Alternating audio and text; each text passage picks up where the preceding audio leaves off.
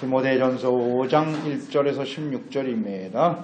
교회 안에서의 올바른 인간관계, 이런 제목으로 함께 은혜 받겠습니다. 최근 한국의 통계를 보면 2015년 우울증을 경험한 사람들이 약 한 25% 정도 된다고 합니다. 특히 서울 시민들을 중심으로 나온 통계를 보면 남성이 약 30% 정도, 여성들은 약 40% 정도가 우울증을 경험한 적이 있다. 40대 여성이 가장 많고요. 그 다음 최근에는 20대, 30대, 50대, 70대 노인들이 이제 점점 증가율이 높아지고 있다고 합니다. 즉 전 연령층에서 우울증 환자가 증가하는 추세라고 하는데요.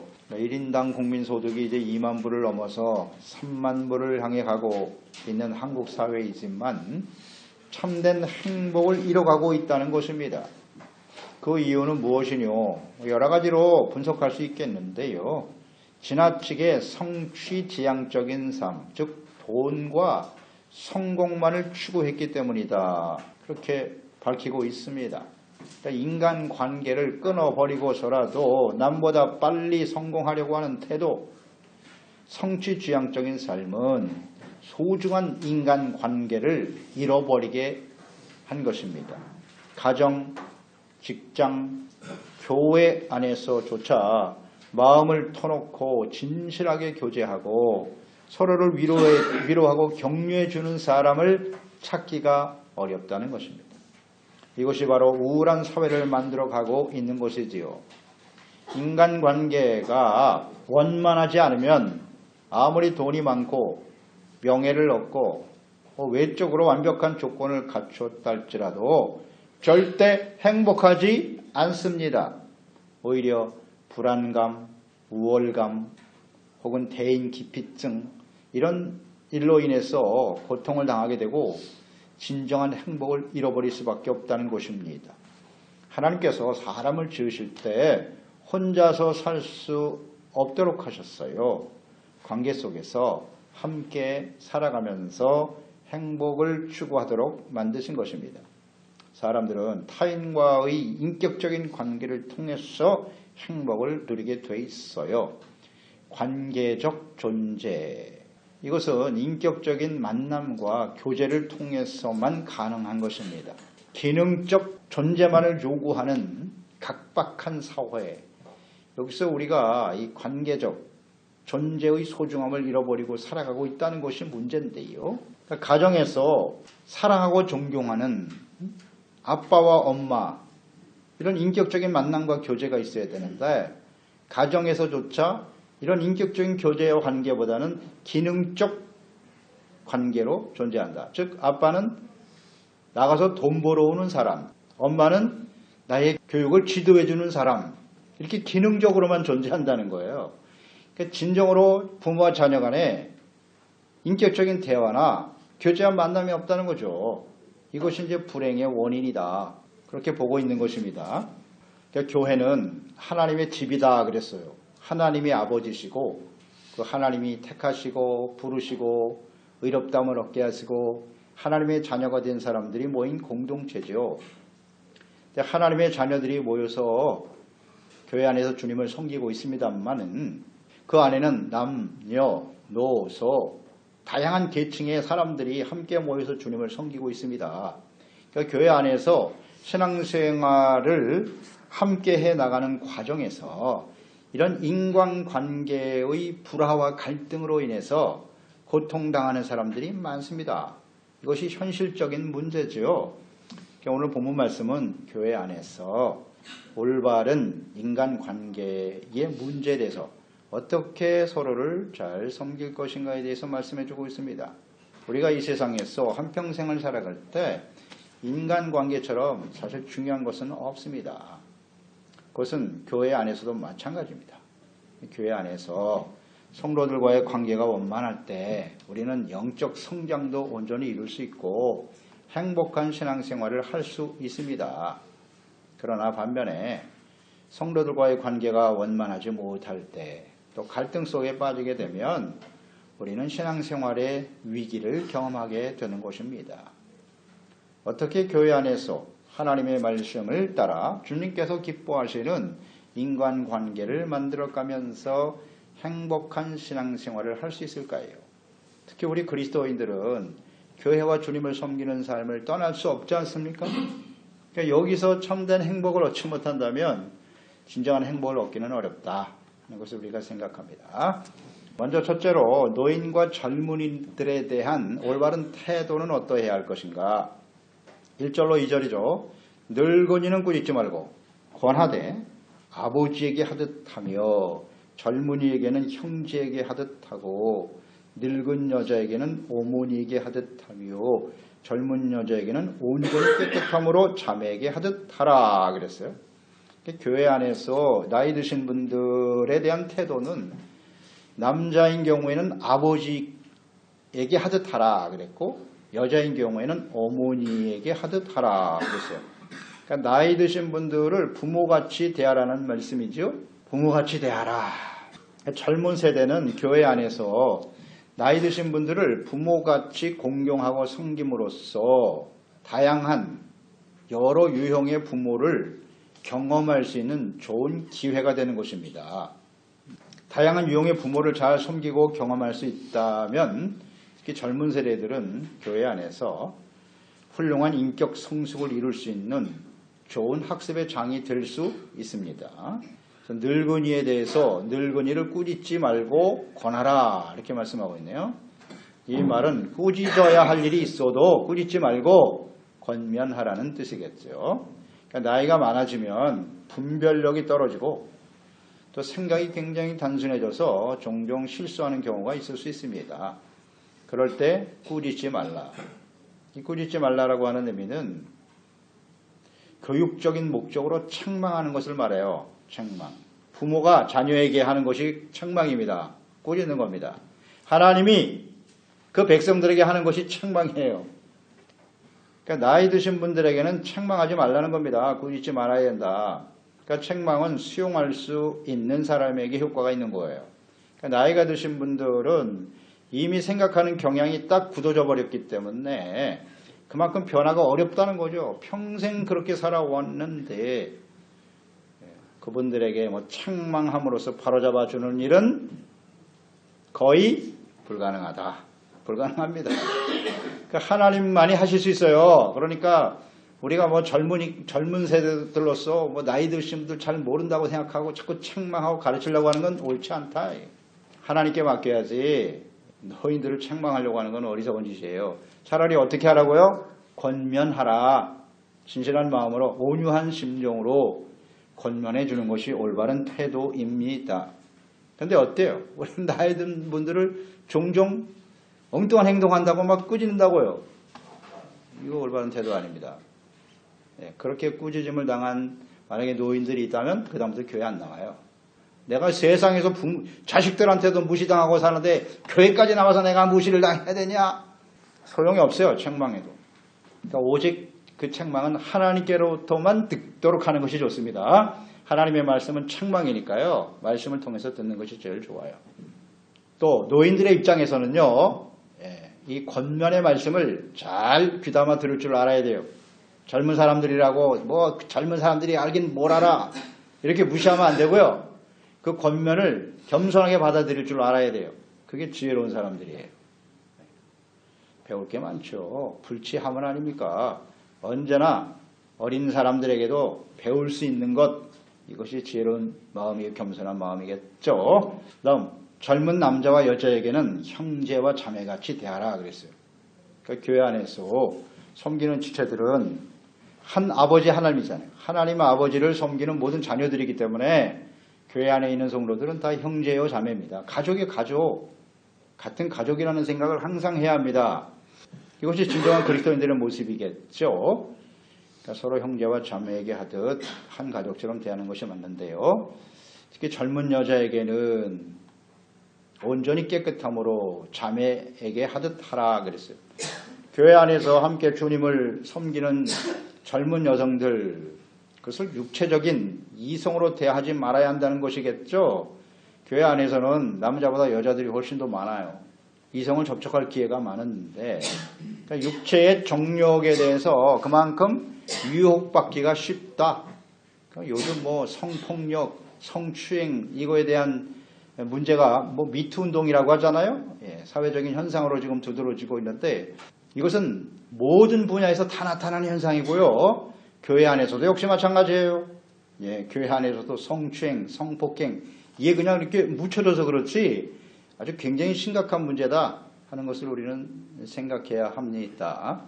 그래서 교회 안에서 젊은 여자를 대할 때 이성으로 대하면 안 되고 노이나 자매로 대하는 것이 맞다는 거예요.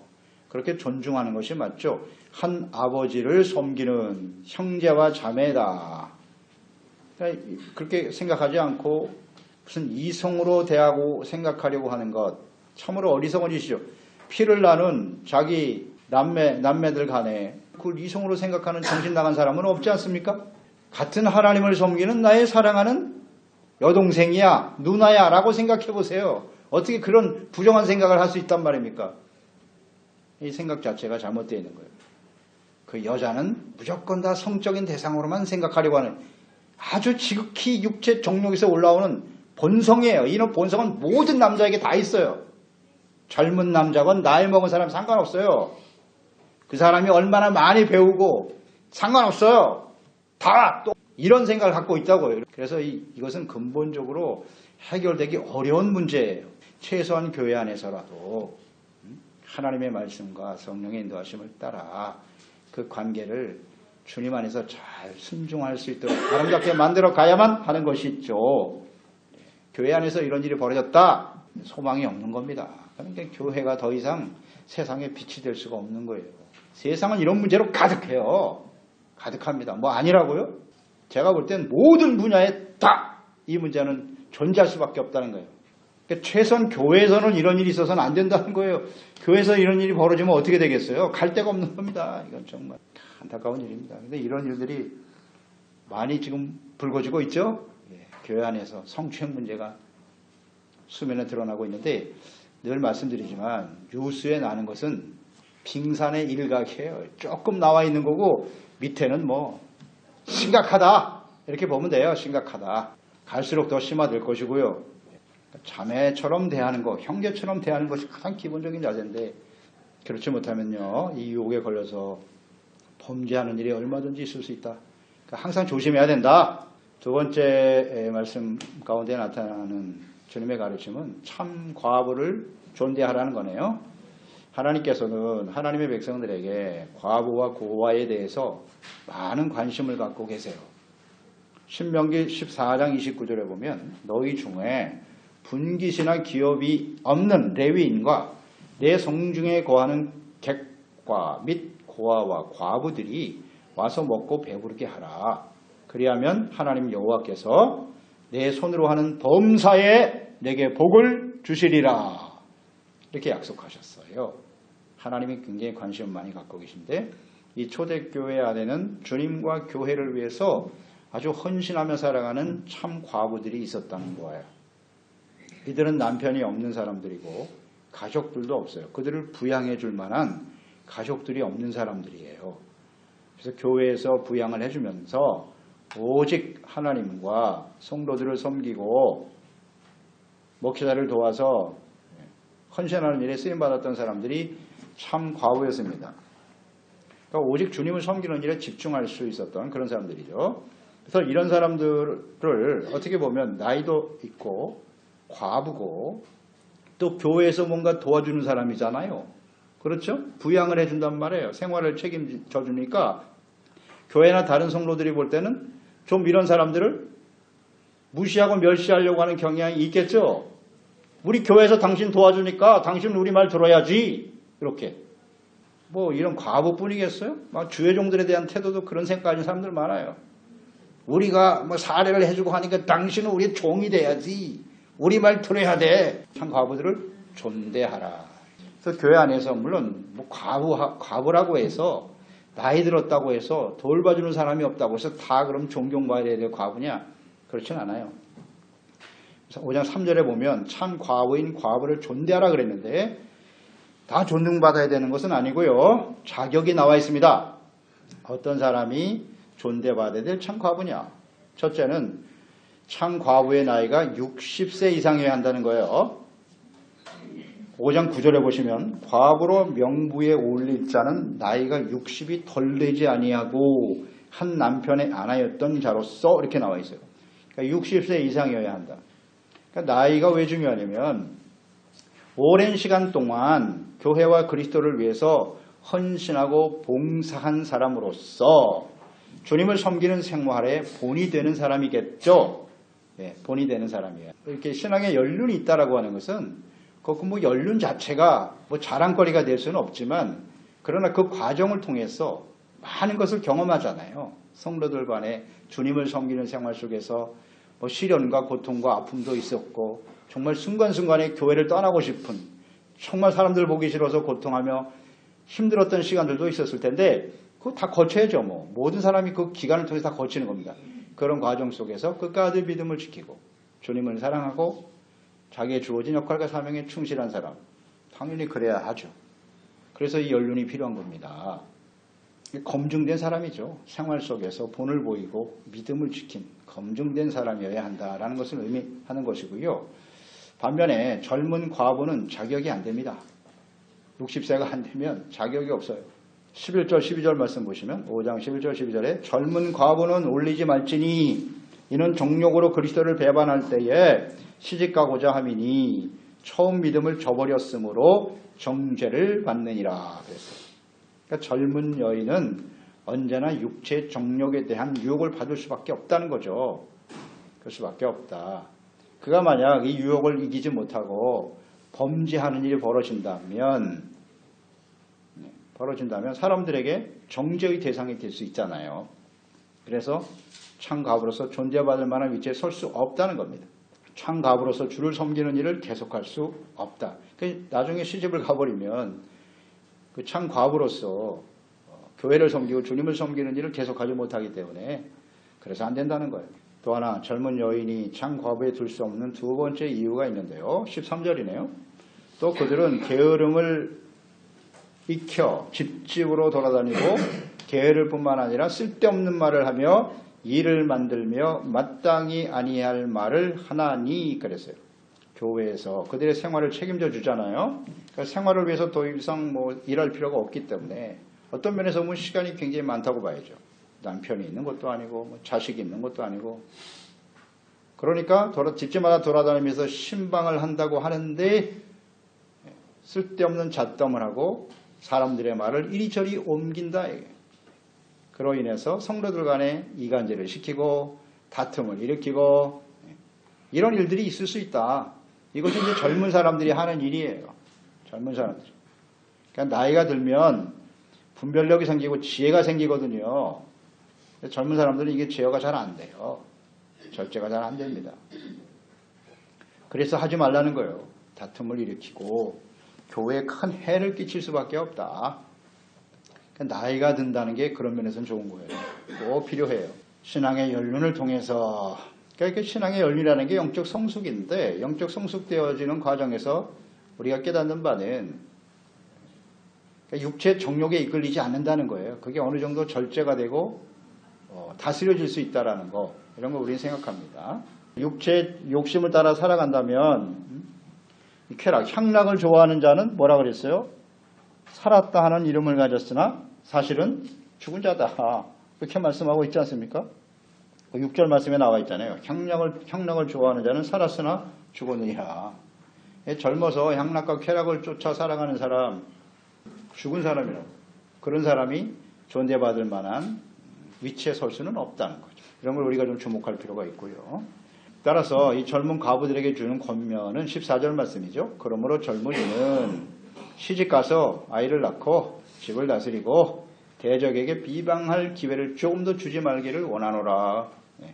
차라리 결혼하여 집에서 아이들을 키우고 잘 다스릴 것이 필요하다. 두 번째, 참 과부는 한 남편의 아내이었던 자라야 한다. 이렇게 말씀하고 있네요. 한 남편의 아내여야 한다. 즉 여러 명의 남편이 아니라 한 남편의 아내로서, 다시 말하면 이혼과 결혼을 여러 번 했던 사람이 아니다. 그런 사람은 자격이 없어요. 한 남편을 성실하게 섬기다가 그 남편을 잃어버린 과부. 이것이 여기에 해당이 되겠죠. 그 다음 세 번째, 참 과부는 도덕적인 품성을 가진 자로서 하나님의 일에 헌신하는 자여야 한다. 5장 10절입니다. 선한 행실의 증거가 있어 혹은 자녀를 양육하고 혹은 나그네를 대접하며 혹은 성도들의 발을 씻기며 혹은 환난당한 자를 구제하며 혹은 모든 선한 일을 행한 자라야 할 것이요. 그랬어요. 선한 일의 증거가 있다. 그 선한 일이 뭐냐? 성도들의 발을 씻기는 것, 나그네 대접하고 혹은 자녀를 잘 양육하는 것도 선한 일입니다. 아멘. 자녀를 잘 양육한다면 무슨 뜻이겠어요? 모든 자녀들을 하나님을 경외하고 주를 섬기는 자녀들로 잘 키우는 겁니다. 선한 일이에요. 아주 중요한 일이고요. 우리가 디모데전서를 통해서 교회 안에서 주님을 섬겨야 될 재직들의 자격 중에 가장 중요한 것 중에 하나가 바로 가정을 잘 다스릴 줄 알아야 된다는 거예요. 수신, 제가, 후, 치고 평천하죠. 자기 가정을 하나님의 말씀으로 잘 가르치지 못하는 사람이 어찌 교회에서 주님을 섬기는 위치에 설 수 있겠는가? 맞는 말이죠. 여기도 해당이 되는 거예요. 자녀들을 잘 말씀으로 양육해야 한다. 그 다음 혹은 나그네를 대접하며 섬김의 마음을 가져야 되고 또는 성도들의 발을 씻으며 성도들을 잘 섬기는 거예요. 겸손한 자세로 내가 뭐 나이 먹었으니까 이런 생각 버리고요. 늘 겸손해. 예수님께서 제자들의 발을 씻기는 것처럼 항상 섬김을 받으려 하기보다는 섬기는 자세로 이런 사람이 진짜 존경받을 사람이겠죠. 그리고 무엇보다도 가장 천하고 낮은 일을 기꺼이 실천할 수 있는 사람이에요. 남들이 하기 싫어하는 일을 할 수 있는 것. 그런 자세로 주님을 섬겼던 사람들이 그렇죠? 이렇게 존대를 받는 것이 마땅하겠죠. 또 하나는 환난을 당한 자들을 구제하고 모든 선한 일을 행한 자다 그랬어요. 이제 과부로서 자신도 형편이 굉장히 어렵겠죠. 하지만 환난을 당해 도움이 필요한 사람들을 보면 그들을 구제하는 일에 힘쓴다는 거죠. 이제 과부로서 자신이 당한 어떤 고통과 슬픔, 외로움 이런 걸 너무나 잘 알기 때문에 그 환난을 당한 성도들을 잘 돌볼 수가 있겠죠. 함께 위로하고 격려할 수 있는 사람, 긍휼히 여기고 사랑의 마음을 가지고 도와주는 사람, 이런 사람이 참 과부로서 존대받는 위치에서 주님을 섬길 수 있다. 네 번째, 참 과부는 하나님께 소망을 두고 주야로 항상 간구와 기도를 하는 사람이다. 5절이죠. 참 과부로서 외로운 자는 하나님께 소망을 두어 주야로 항상 간구와 기도를 하거니와 그랬네요. 외롭죠. 혼자라는 게 굉장히 외로운데 그 외로움을 어떻게 달래느냐. 세속적인 욕망과 쾌락 혹은 자신을 행복하게 해줄 사람에게 소망을 두는 것이 아니고 오직 하나님께 소망을 두는 사람이라. 하나님께 소망을 두고 하나님께 소망 둔 사람은 어떤 사람? 주야로 항상 간구와 기도를 하거니와. 아멘. 중요한 말씀입니다, 여러분. 하나님께 소망을 두고 살아가시나요? 사람들은 누구에게나 소망이 있어요. 그 소망이 자기 자신의 능력에 두고 있는 사람도 있고 나에게 뭔가 도움을 줄 수 있는 사람들에게 소망을 두는 사람도 있고 재물에 소망을 두고 살아가는 사람도 있고 그러나 사람이나 재물은 영원하지 않아요. 다 사라져요. 사라져버릴 것에 소망을 두고 사는 사람은 자격이 없음. 오직 하나님께 소망을 두고 사는 사람이어야 합니다. 외로움을 오히려 그 외로움이 하나님께 소망을 두는 사람이 되더라. 우리 인생 속에 여러 가지 당하는 시련과 어려움이 있지요. 고난과 환난 정말 외롭죠. 여러분 시련 당해보시면 알아요. 환난 당하면 그 누구도 나를 도와줄 수 없어요.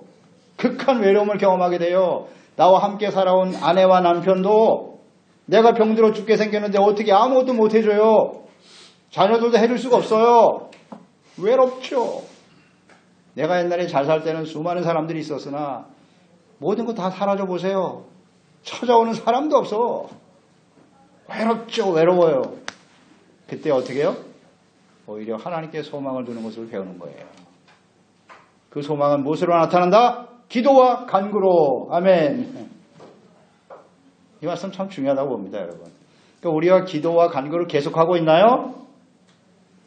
기도한다는 건 하나님의 소망을 준다는 뜻이에요. 그저 생각으로만 끝나는 게 아니고 매일매일의 삶 속에서 끊임없이 기도와 간구를 실천하고 살아가는 사람은 계속 하나님께 소망을 두고 사는 것이고, 기도가 끊어졌다는 얘기는 소망을 하나님께 두지 않는다. 기도 안 해도 내 힘으로 얼마든지 살 수 있는데요. 기도 안 해도 하나님이 도와주시지 않아도요, 저 살 수 있어요. 그건 소망을 하나님께 두는 게 아니지 않습니까? 하나님도 알고 나도 알고. 이런 사람들이 비록 과부고 어떻게 보면 세상에서 좀 소외당한 사람이라고 봐야죠. 뭐 그렇게 존대할 대상입니까? 과부로서 혼자 힘없이 돌봐줄 사람도 없이 사는 사람이.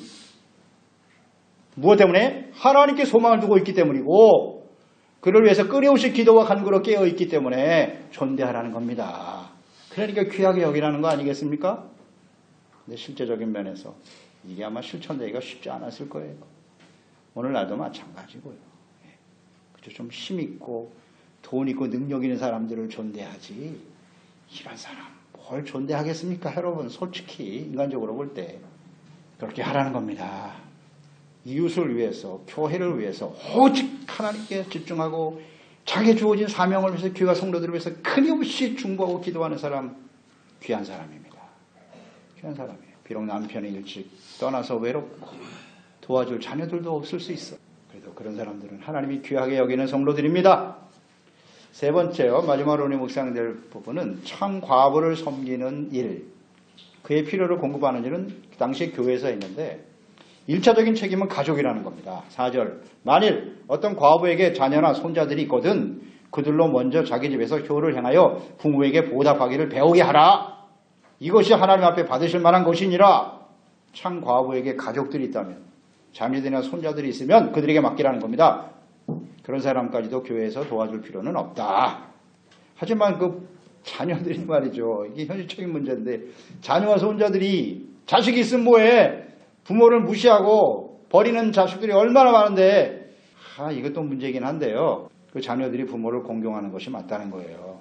그래서 자기 집에서 효를 행하여 부모에게 보답하기를 배우게 하라, 가르쳐야 된다는 겁니다.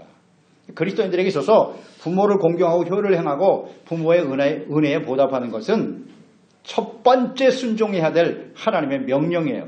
하나님께서 그 백성들에게 시내산에서 모세를 불러다가 십계명을 직접 기록하여 주셨지 않습니까? 그 십계명은 1계명에서 4계명은 하나님 사랑, 5계명에서 10계명은 이웃 사랑이죠. 그 이웃 사랑의 첫 번째, 다섯 번째 계명, 제5계명이 뭐예요? 내 부모를, 출애굽기 20장 12절이죠. 내 부모를 공경하라. 그리하면 내 하나님 여호와가 내게 준 땅에서 내 생명이 길리라.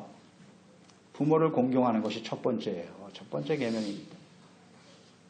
이거 하도 순종을 잘 안 하니까 그리하면 조건까지 붙였어요. 하나님께서. 당연히 해야 될 일인데, 자식이랑 부모 공경하는 건 너무 당연한 길 아니에요? 그런데 그렇게 하면 내 하나님 여호와께서 내게 준 땅에서 생명이 길다.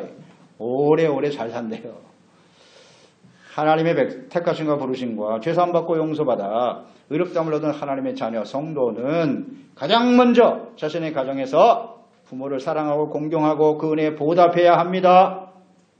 그렇기 때문에 교회 안에서 참된 과부도 교회에서 돕기 이전에 먼저 자녀들과 손자들이 하도록 가르쳐야 한다는 것이죠.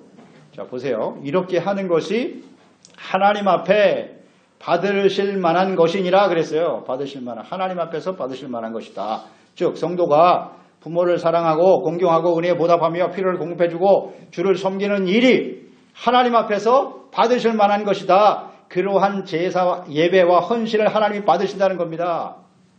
자녀로서 부모를 공경하지 않는 상태에 드리는 제사, 예배, 기도 아무 소용없다는 게 하나님 안 받으세요. 내가 눈앞에 보이는 부모를 사랑하고 공경하지 않으면서 보이지는 하나님을 사랑한다고요? 멘티로소, 거짓말입니다. 부모를 정말 자식들이 사랑하고 공경하고 은혜에 보답할 줄 알아야 그들의 예배와 기도와 헌신이 하나님이 받으실 만한 것이라는 거잖아요. 로마서 12장 1절, 그러므로 형제들아 내가 하나님의 모든 자비하심으로 너희를 권하노니 너희의 몸을 하나님이 기뻐하시는 거룩한 산 제사로 드려라. 이것이 곧 너희의 드릴 영적 예배니라. 예배를 드리면서 이 부모를 공경하고 효를 다하지 않아. 그런 제사와 예배는 거룩한 제사가 아닙니다. 부모를 공경하고 섬기는 자녀들이 드리는 기도와 예배를 하나님이 기뻐 받으시죠. 더 나가서 5장 8절을 보십시오. 디모데전서 5장 8절. 누구든지 자기 친족을 특히 자기 가족을 돌보지 아니하면 믿음을 배반한 자요 불신자보다 더 악한 자니라. 부모를 공경하지 않는 사람은 믿음을 배반한 자요 불신자보다 더 못한 사람이래요. 믿음을 배반한 자요 불신자는 누구예요? 그들에게는 하나님이 없어요. 예수 그리스도를 알지 못하거나 반대하거나 싫어하는 사람들이죠. 하나님과 진리의 말씀을 부정하는 사람들입니다. 부모를 사랑하고 공경하고 돌보는 일을 하지 않는 사람은 하나님의 자녀가 아니에요. 아니고요. 믿지 않는 자고 불신자예요. 그보다 더 악한 사람이다. 하나님을 부정하고 대적하는 사람이다. 이렇게 봐도 되지 않습니까? 그러니까 하나님의 존재를 부정하고 그분을 두려워하지 않기 때문에 부모를 공경하라고 하는 이 하나님의 명령 거역하죠. 불순종해요. 그리고 아무렇지도 않다고 여겨요. 부모에 대한 태도, 우리가 말씀을 통해서 계속 묵상하는 바지만 우리 그리스도인들은 부모에 대한 태도가 곧 하나님께 대한 태도입니다. 이건 절대 진리예요. 우리 자녀들도 마찬가지입니다. 우리가 부모의 입장에서 보답하는 걸 가르치라고 했지 않습니까? 가르쳐야 돼요. 가르쳐야 합니다. 하나님을 잘 공경하는 것은 부모를 잘 공경하는 것부터 시작되는 거예요. 그래서 연로하신 부모님을 어떻게 대하는가 하는 것은 하나님 앞에서 매우 중요한 문제예요. 그러니까 예수님께서도 이 부모 공경에 대해서 외식하는 사람들을 엄하게 책망하셨어요. 마태복음 15장이에요. 4절로 8절에 보면 하나님이 이르셨을 때 내 부모를 공경하라 하시고 또 아버지나 어머니를 비방하는 자는 반드시 죽임을 당하리라 하셨거늘 너희는 이르되 누구든지 아버지에게나 어머니에게나 말하기를 내가 드려 유익하게 할 것이 하나님께 드림이 되었다고 하기만 하면 그 부모를 공경할 것이 없다 하여 너희의 전통으로 하나님의 말씀을 배하는도다. 외식하는 자들아 이사야가 너에게 관하여 잘 예언하였도다. 일렀으되 이 백성이 입술로는 나를 공경하되 마음은 내게서 멀도다. 주님께서 엄하게 책망하셨어요. 그 당시에 부모를 공경하지 않고요. 부모에게 공경할 그것을 합리화시키기 위해서 내가 하나님께 드렸어요. 내가 부모님께 드릴 돈이 하나님께 헌금을 드려가지고 더 이상 드릴 게 없어요. 하나님이 받으셨으니까 나는 할 일을 다 한 거예요. 이게 외식하는 자라는 거예요. 외식하는 자예요.